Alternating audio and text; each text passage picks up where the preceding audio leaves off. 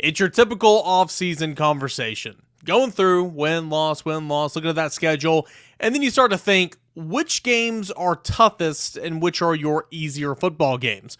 We're going to do that here on today's Locked On Vols, ranking Tennessee's game schedule for the football season in 2023. That and some baseball talk coming up on your Friday, Locked On Vols.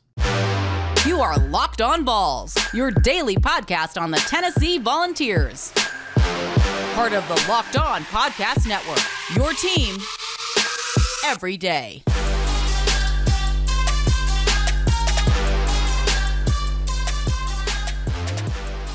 What is up, everybody? Welcome into it.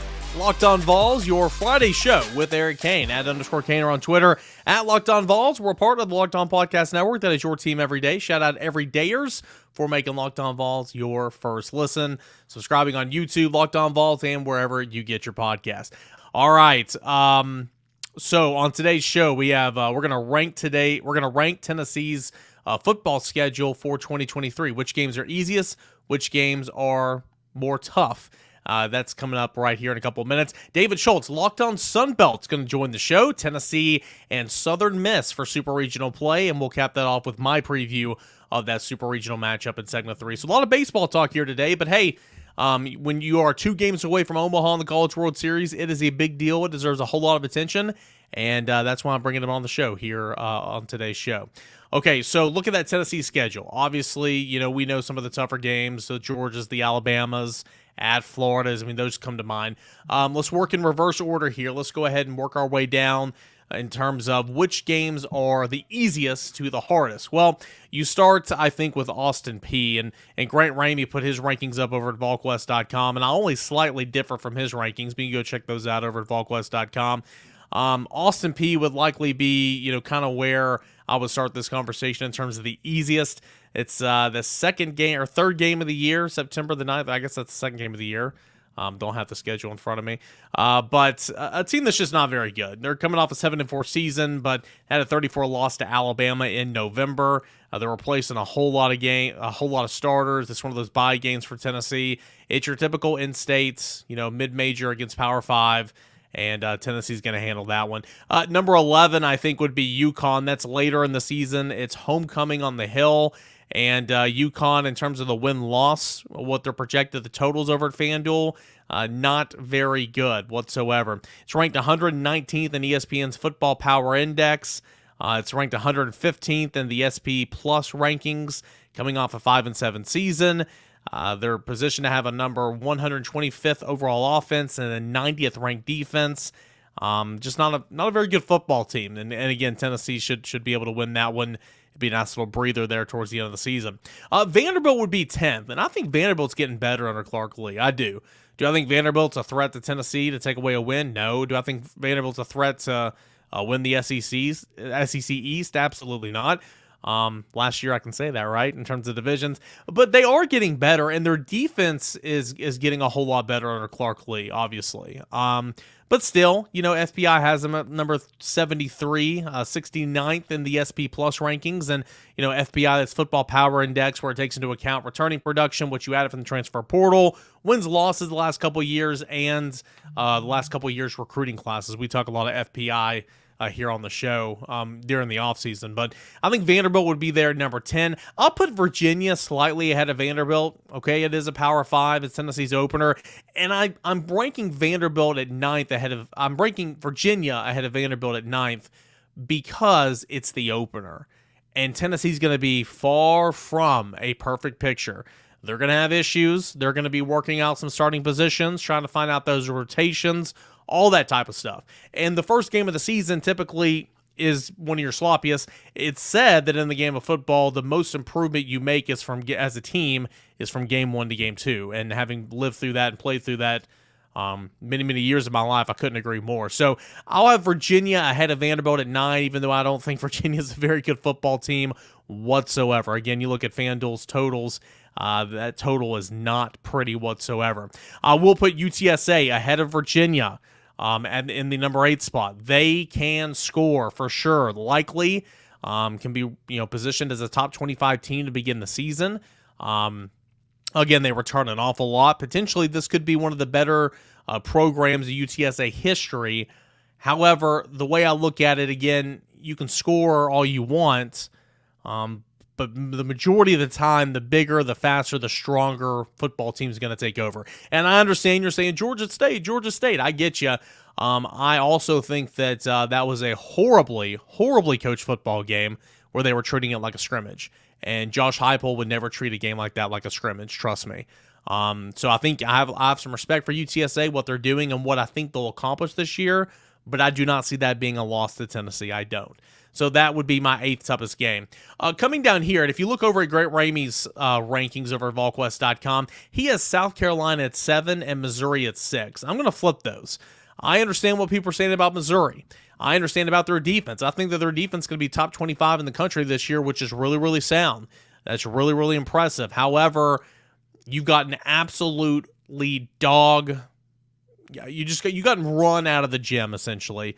The last 2 years by Tennessee, and very much uncertain at quarterback. And your biggest playmaker transferred to go to Georgia.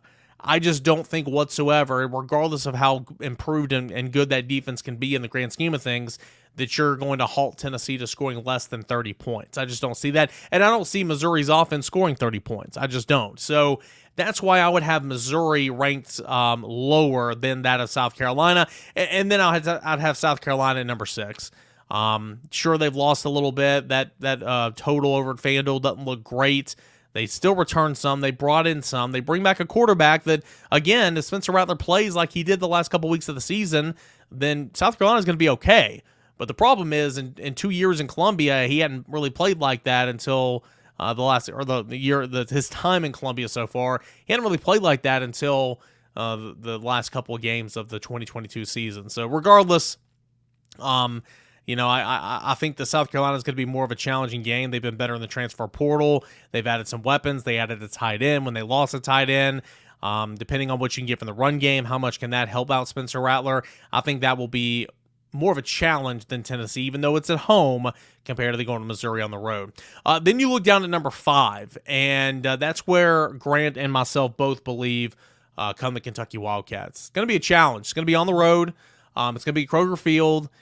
You significantly upgraded a quarterback if you're Kentucky, so I think you got better in that regard.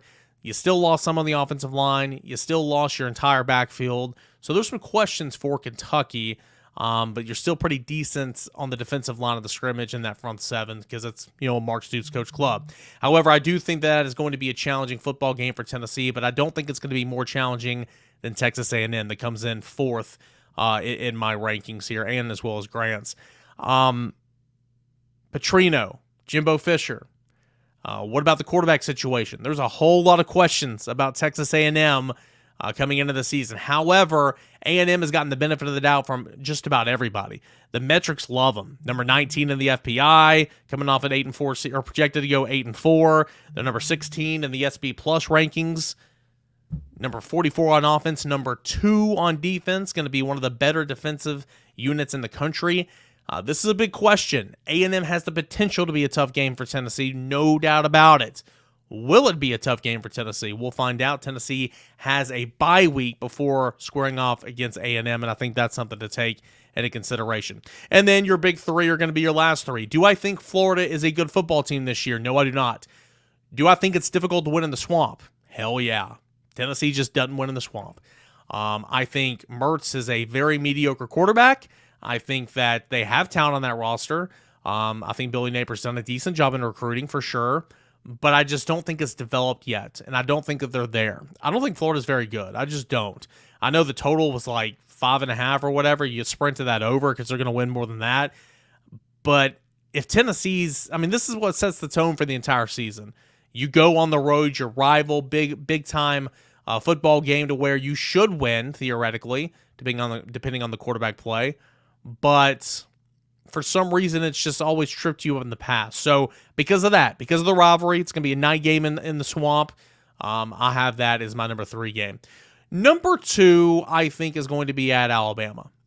And Grant has Georgia at 2, Alabama at 1. Number 2 for me is going to be at Alabama.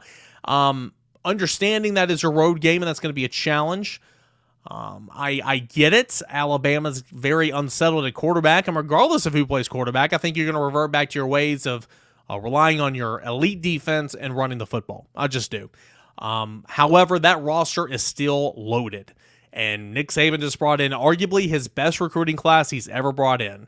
That is going to be a tremendous challenge on the road, but I don't think it's going to be as challenging as Georgia, who it's just like rinse repeat, right? There's no rebuild. It's always a reload. It's just the era we're living in right now and the time period where Kirby Smart is king of college football. From a talent perspective, you upgraded quarterback. Stetson Bennett was a match made in heaven with that offense and that system and that OC and that quarterback's coach and his swagger and his experience, and he was really good for Georgia. But from an athletic standpoint and a talent perspective, Georgia's upgrading a quarterback with Carson Beck, and those guys sitting behind him might be even more talented than Carson Beck. And this is the fruits of the labor of when you stack highly rated recruiting class, highly rated recruiting class, highly rated recruiting class on top of one another. That's just kind of where you are. So that's how I view it. Again, I'll read this here. This is how I would rank Tennessee's game schedule in 2023. Number 12, Austin Peay. Number 11, UConn. Number 10, Vanderbilt. Number 9, Virginia. Number 8, UTSA. Number 7, at Missouri.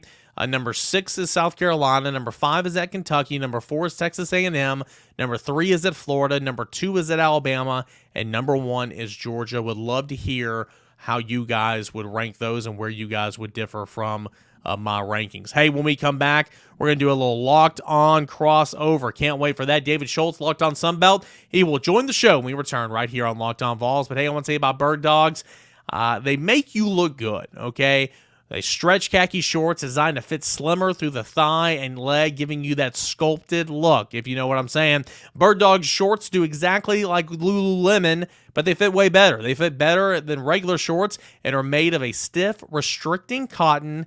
And Birddogs has fixed that issue by inventing a cloud knit fabric that looks just like khaki but stretches so you can get way slimmer fit without having to sacrifice movement. Birddogs uses anti-stink sweat wicket fabric that keeps you cool and dry all day long. And in these summer months, you guys know what I'm talking about. You need it. The versatility. You can wear it out on a date. You can wear it to work, to a meeting. You can wear it out to the bar with the boys. Whatever the case may be, those pants, those shorts from Birddogs, they are comfortable, and they're versatile, and they are just for you and just for me. Go to birddogs.com/lockedoncollege. Enter that promo code LOCKEDONCollege for a free Yeti-style tumbler with your order. I got mine. I keep meaning to use it here on the show, but I've got it. That's birddogs.com/lockedoncollege for a free Yeti-style tumbler. You won't want to take your Birddogs off. We promise you that. Locked On crossover, David Schultz. I am Eric Kane, host of Locked On Vols. David over here, host of Locked On Sunbelt and Super Regionals. It is here, and game number 1 of Tennessee and Southern Miss set for Saturday at 3 o'clock Eastern Time. It's going to be televised on ESPNU. David, first and foremost, how do you like this series, man? It's 2 really good ball clubs. Southern Miss, one of the hottest teams in the country. Tennessee looked like one of the best teams in the country in the Clemson Regional. How excited are you for this Super Regional play?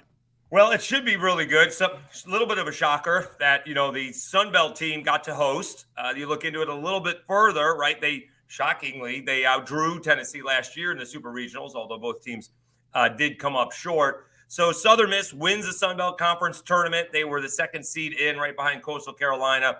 They downed the Cajuns in the championship ball game.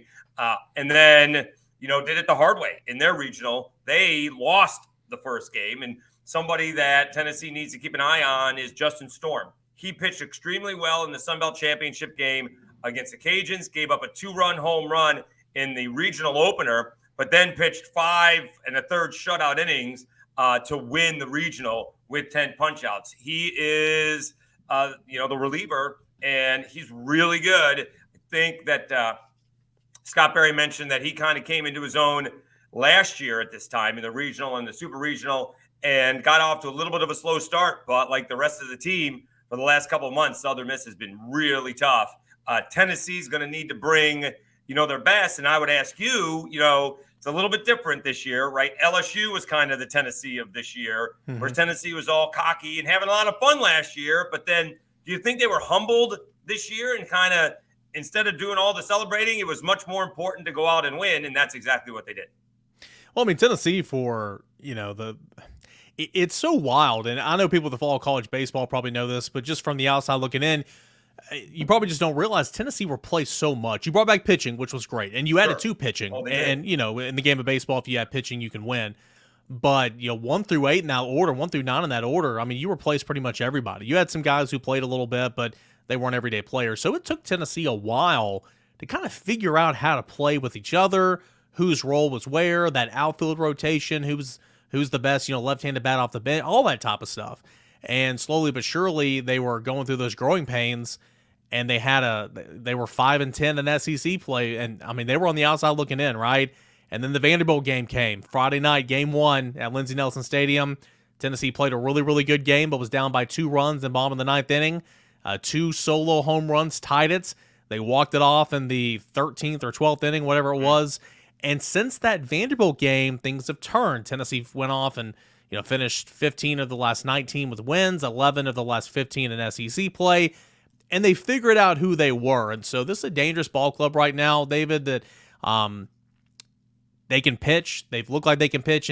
And their best pitcher is not even, you look at his numbers, Chase Dollander has taken a big step down from last year. He's still got incredible stuff, and he's looked better of late. But, guys like Andrew Lindsey and Chase Burns in the bullpen and Drew Beam at number 3 and Camden Sewell out of the bullpen, A.J. Russell, a huge reason why Tennessee is where they are right now. And they're going to need all those guys and more to try to silence that good lineup for Southern Miss. So conference tournaments are different for different teams, right? Southern Miss or Coastal didn't need the Sun Belt Championship as much as the Cajuns needed to get there and play their way in. I mean, Tennessee didn't win a ball game in the SEC tournament. Obviously, they were going to be a number 2 seed. I'm not sure they could have hosted maybe if they won it. So what was Tennessee's, plan going into the SEC tournament, and how disappointed were they not to win it? I can't imagine it was I think they got shut out in game 1. I can't imagine that was the plan. But, what was the reaction following the tournament and then, the plan for the regional? Yeah, I mean, I don't think anybody ever goes out there and tries to lose. Right. But having said that, Tennessee was already locked to make the tournament. Tennessee was in position to where if you won that game and maybe won another game, maybe if you won 3 games in Hoover, you could have probably played yourself into – you were already in the hosting conversation, but you could have probably played yourself into being a national host. But there were so many SEC hosts this year that you felt like they were low on the pecking order. But, Tennessee went one and done, and Texas A&M shut them out 3-0. They went on that run to the championship game, and it was disappointing. It was frustrating for sure. But now looking back, and you almost knew it at the time, you were thinking, okay, this could be a blessing in disguise. Now you look back and say, boy, Tennessee took advantage of the rest. Tennessee took advantage of resting the arms, getting some cage work in, doing some scrimmaging, kind of just doing themselves, and then worried about the Auburn Regional, and then they can line everything up where they want. So you never want to lose. In 2022, when Tennessee was the best team in the country, they played all the way to Sunday, and they won the SEC tournament, and that was fun. That was exciting.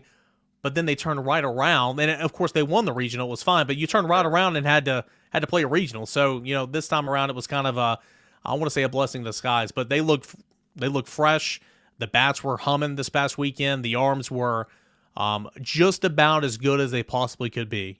Chase Dollander wasn't too sharp, but everybody else was pretty sharp, and that's a big reason why Tennessee is where they are. I want to ask you about Dustin Dickerson. My goodness. 6 home runs in regional play. I think he had 2 home runs the previous 3 years before this season. An all-conference player. It feels like that lineup, he's hitting .330. They kind of go as he goes, it feels like. Well, so Southern Miss had an opposite start to the season that maybe they were expecting, right? They were highly regarded. You don't usually see these group of 5 schools, top 10, top 15, and having an ace like Tanner Hall, a little bit different of an ace. Volunteers maybe used to guys throwing 95 to 100, right, for themselves, and maybe seeing if they ever get to see LSU and a Paul Skeens. Tanner Hall throws high 80s and, with changeups and breaking balls. The lineup was not going very well to begin the season, right? Maybe a little chilly, and that puts a lot of pressure on the pitching. And so you feel like you got to be perfect. Once the lineup came around with Dickerson and Danny Lynch and some others, they're tough. They are tough. They had a awful loss to App State in the Sun Belt Conference tournament, and came back later in the day and dusted them off early, and didn't matter. They played one extra game that they wanted to and had enough pitching to make it through and beat the Cajuns, who did not have enough pitching at the end. But yeah, Dickerson leads the lineup with Danny Lynch. He's like a Southern Miss legend. He has been a Raging Cajuns destroyer throughout his career. So they'll, Volunteer fans need to pay attention to him as well. Scott Berry, of course, has already announced his retirement. He's pulling out all the mental gymnastics that he can help out his team. So it'll be interesting to see. And he's only 60, right? I mean, we got football coaches in this league that are closer to 80 that are still going. So no, the lineup is really good. Dickerson is a big part of it. The question is going to be, and it's odd, Eric, talking with Scott Watkins of the Sun Herald on how we go from needing so much pitching in conference tournaments, needing a lot of pitching if you lose a game in the regional. Oh, yeah. Don't really need a whole lot of pitching in a super regional. It's 3 games at most. You don't have to worry about that 4th or 5th ball game. If you lose, it's only one more ball game. That's it at the worst. So it'll be interesting to see, how these guys, use their pitching to set it up with. Tanner Hall, I presume, is going. That's the way Scott Berry is going to go. And the question is, who's going to be number 2? They've used that combination of Nick Mazza, the starter, and that Justin Storm on the back end. And that's worked out 2 out of 3 times really, really well. Who does, you mentioned who Tennessee's best pitcher is. Is that who's going to expect to go on Saturday?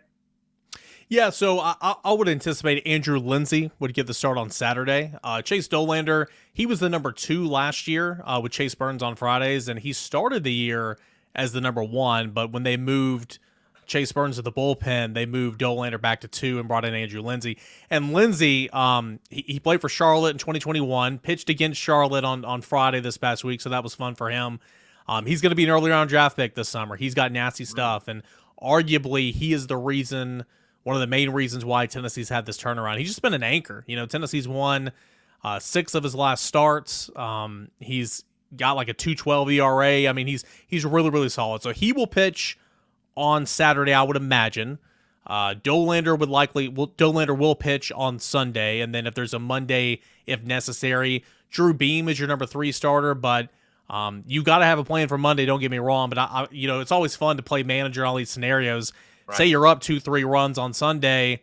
I don't think Drew Beam would be the guy you turn to go get those outs, but maybe you make him available on Sunday if Tennessee's in the driver's seat. Who knows? But you go back to saying like you need so much pitching for conference tournament and regional play to where you might not need as much for this because it potentially can only be, it can only be 2 games, 3 games most.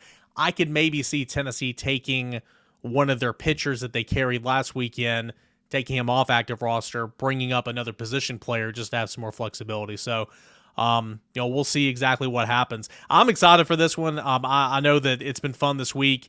I've got opinions. Talk about that a little bit. All right. Yeah. Because yeah. I never thought I'd be doing crossover with SEC, but this is the second time we've done this.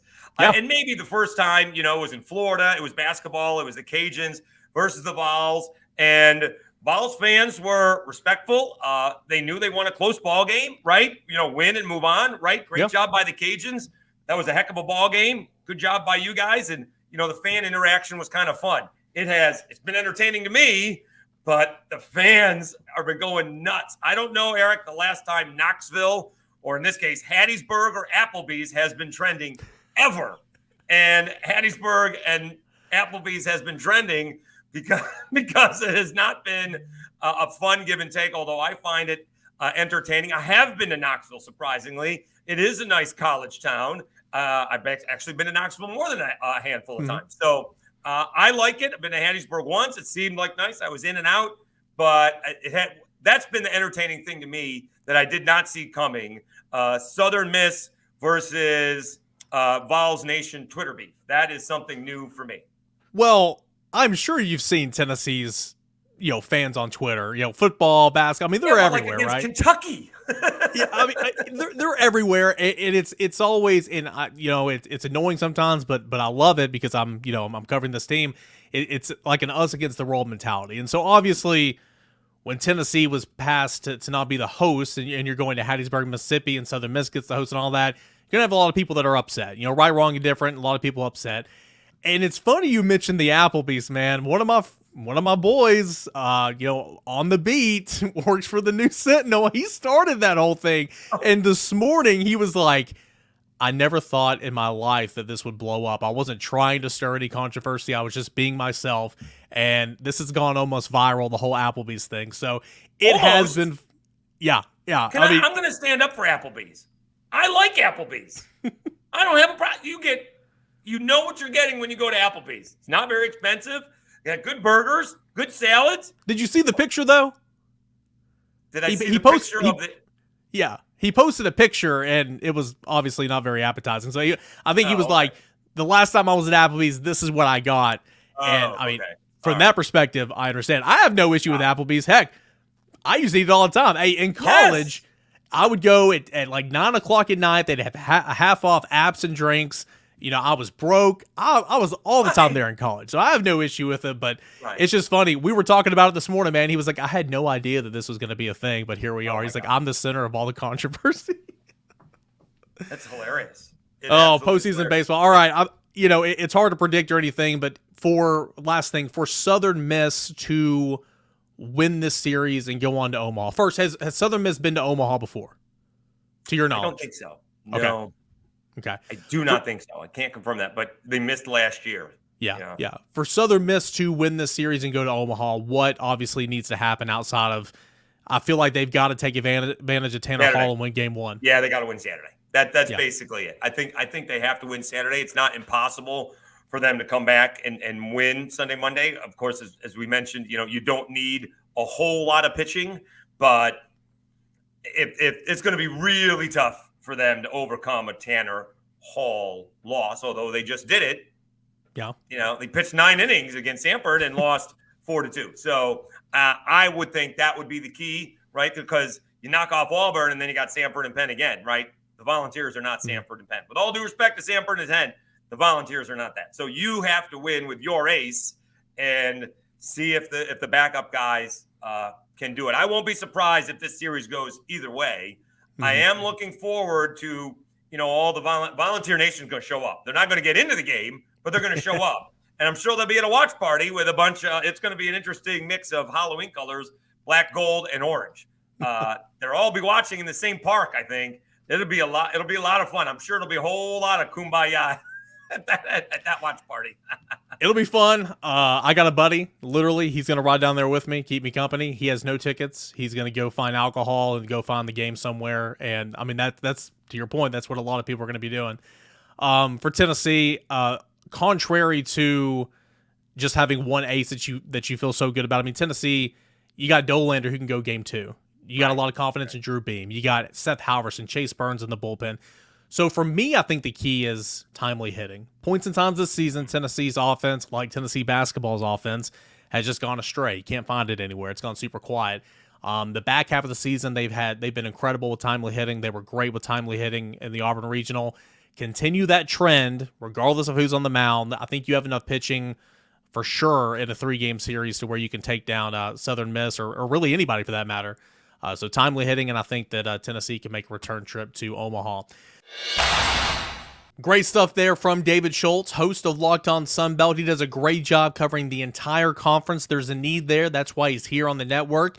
And remember when we talked to him prior to Tennessee and Louisiana in the NCAA tournament, and now we're talking to him prior to Tennessee and Southern Miss. Hopefully, it turns out the way that it did, last time when Tennessee beat Louisiana, advance on. Maybe Tennessee will beat Southern Miss in a best of a 3-game series and advance on to the College World Series. So we talked to David, got his thoughts on Southern Miss and a little bit of the matchup, but here's my breakdown, okay? And we're going to go, I know some of these names we already mentioned last segment, but I'm going to break it down, give you guys some more entailed descriptions and looks and everything. And, of course, you can find all my pregame coverage, pre-series coverage over at VolQuest.com today and tomorrow morning. And, of course, all the games this weekend.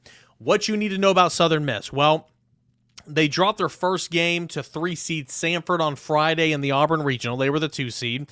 But the Golden Eagles ran the table, knocking off Penn twice to claim the regional championship. If you lose one of those games, you essentially gotta, you gotta win out, and then ultimately when you get to the championship round, you gotta beat that team twice. If Tennessee were to have lost to Charlotte on Sunday, they would have to turn around and play Charlotte again on Monday. That is what Southern Miss did, and it was able to beat Penn twice. Penn was the 4 seed. Golden Eagles claimed the Sun Belt Tournament Championship and its inaugural season in the league, knocking off Louisiana 6-2 a couple weeks ago. They were the 3 seed entering that tournament, or the 2 seed rather, but they were playing in Conference USA and then made the switch over to the Sun Belt this year and won the tournament championship in its first season. Southern Miss has now won 23 of its last 26 games entering Super Regional play, one of the hottest teams in the country. Southern Miss is making back-to-back trips and hosting back-to-back trips to Super Regionals and entering Super Regional play for the 3rd time ever. Last year, it hosted Ole Miss, and it got outscored like 17 or 18 to nothing. But, of course, Ole Miss, as we know and we've talked about, has gone on to win the College World Series. So those are a couple of notes about Southern Miss. You've got Scott Berry, head coach. He's retiring at the end of the season. They're kind of rallying around him, and it's made for this awesome national story, and he is a good coach. I've heard of him. If you follow college baseball, you've heard of him. Seems like a really, really good dude. But that's kind of why Southern Miss has gained this, I'm going to root for Southern Miss, mid-major, coaches retiring. It's easy to root for a team like that. So, of course, Tennessee's going to not have any friends in the national media, nor did they last weekend. As Tanner Hall goes, Southern Miss goes. And it's strange to say that about a starting pitcher because typically you only pitch one time a weekend. But as we saw in regional play, Sucker started against whoever it was, Sanford on Friday, and pitched 9 innings. That game went into extra innings. He gave it everything he had, pitched 123 pitches, and then on 2 days rest, turned around and started the elimination championship game through 3 innings, 30 pitches. So they will throw the absolute dog crap out of him if they need to win this and get on to Omaha. It's that time of the year, right? But right-handed pitcher Tanner Hall, an absolute stud. He is a Golden Spike semifinalist, which means is basically the Heisman in college, what was equivalent to the Heisman of football. That's what the Golden Spikes Award is for, baseball, the Heisman, if you will. He was the Sun Belt Pitcher of the Year this year, and last year when Southern Miss was in Conference USA, he was the Conference USA Pitcher in 2022. So the dude's got back-to-back Conference Pitchers of the Year accolades. He's 12-3 on the season, a 2.12 ERA, got 118 strikeouts, 32 walks. Opponents are hitting just 199 against him. He's thrown 2 complete games. He's an absolute stud. There's no ifs, ands, buts about it. He is an absolute stud. And he will get the ball against Tennessee on Saturday. And it helps that this regional also starts on Saturday and not Friday because he gets even more rest after throwing about 17 million pitches last weekend. So that's the starter you got to look out for. What about some other pitchers? Well, much like Tennessee, Southern Miss is very right-handed heavy, okay? You got, so I mentioned Tanner Hall. You've got Billy Oldham, who, fun fact, Billy Oldham is their number 2 guy, their Saturday guy on normal weekends. He was a part of the Division III National Championship squad last year, Eastern Connecticut, and then he transferred to Southern Miss. 7-3 record, a 4.52 ERA. He started 12 games over 16 appearances. Opponents are hitting 230 against him. He's been pretty solid. He's been typically the number 2 guy. The number 3 guy the last month or so has been Matthew Adams, a 4.95 ERA, 3-2 is the record on the season. Opponents are hitting 275 against him. So there's a lot of opportunity there for Matthew Adams if there even is a reason to go 3 games. Potentially he could be that guy that starts. 8 home runs he's surrendered this year, 13 doubles. Okay, so that's a lot. Another guy that they will rely on likely out of the bullpen this weekend, but he has also started many games this year, is Nico Mazza. 5-1's the record, 4.13 ERA, 12 starts, 20 appearances. Opponents are hitting 233 against him. He's given up 17 doubles on the year and 3 home runs. That's a whole lot. Will Armstead is a really, really talented guy. Their best bullpen arm to use in different situations. A 1.80 ERA, 14 appearances, a 2-0 record, and he also started a game in the conference tournament when they needed him. You've got a guy by the name of Justin Storm, and if you watch Justin Storm throw against Penn, I believe it was the Sunday game, boy, He was really good. He's the closer. He leads the squad with 8 saves, a 2.61 ERA, 6-2 record in 28 appearances. He leads the squad in appearances. He is a really, really talented player. So that's a look at the arms. What about the bats? Well, again, these are some names that we've already mentioned in the last segment. Dustin Dickerson, man, shortstop. He had hits prior to. Okay, let me set this up here. He hit 6 home runs in regional play. In the Auburn Regional, there were 5 games. He hit 6 home runs. Okay, they played in 5 games. He hit 6 home runs. He hit 4 home runs in the regular season. Okay, so that's 10 home runs total this year. He had 6 in a span of 5 games in the Auburn Regional. He had 4 regular season home runs. And prior to that, in 3 seasons in 2020, I know it was short, 2021 and 2022, he had 2 home runs total. Dude is on fire right now. He was the Auburn Regional MVP, obviously. He's a first-team All-Sun Belt selection, hitting .330 on the year. He scored 54 runs. He's stolen 13 bases. A really solid player. He's got 20 doubles as well. Put that in comparison, Maui Ahuna is leading Tennessee in doubles. He's got 19 on the season. So really solid player is Dustin Dickerson. Danny Lynch, third baseman, another member of the Auburn Regional team. Another all Sun Belt Conference player this past year. I'm not really sure why he made all conference, to be completely honest with you. He hit 6 on the order. He's hitting .256. He's got 13 home runs, got 52 RBI. Maybe that position was pretty weak, but the average isn't quite there.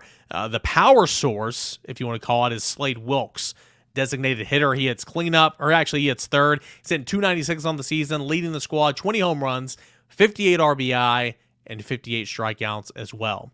There was a couple more all-regional selections. Carson Pateau, the right fielder. Rodrigo Montenegro, the catcher. Nick Monastery, all those guys made the all-Auburn regional team. The second baseman, who hit 7th in the order, provides a lot of pop. .330 on the season, 4 homers, 26 RBIs, stolen 6 bases in 6 attempts. Excuse me.